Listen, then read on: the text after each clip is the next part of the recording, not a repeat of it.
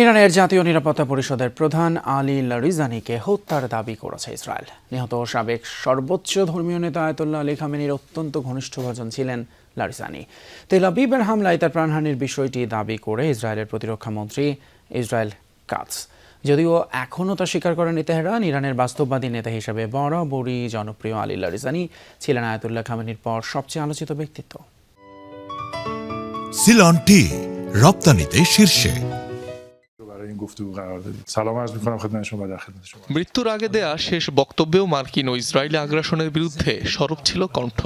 মুসলিম বিশ্বকে একজোট হতে ডাক দিয়েছিলেন শেষ বার্তায়।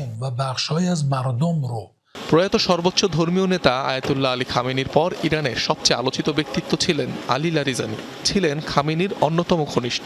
শেষ নিঃশ্বাস পর্যন্তই থেকেছেন তার দেখানো পথে। আয়াতুল্লাহ খামেনির হত্যার পর একা হাতে ইরানের দায়িত্বভার সামলেছেন আলী লারিজানি। নতুন সর্বোচ্চ নেতা নির্বাচনেও ছিল তার অবদান। লারিজানির বলিষ্ঠ নেতৃত্বেই 2015 সালে যুক্তরাষ্ট্রসহ পারমাণবিক শক্তিধর 6 দেশের সাথে চুক্তি করতে সক্ষম হয় ইরান। তেহরানের পারমাণবিক কর্মসূচির প্রধান আলোচকের ভূমিকায় ছিলেন তিনি।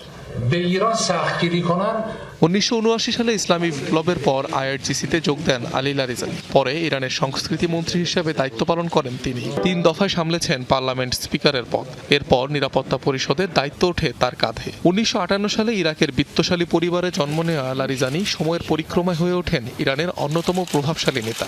আগাগোড়া রক্ষণশীল ধর্মীয় পরিবেশে বেড়ে ওঠার পরও গণিত, কম্পিউটার প্রকৌশল ও দর্শনের উপর ডিগ্রি রয়েছে তার।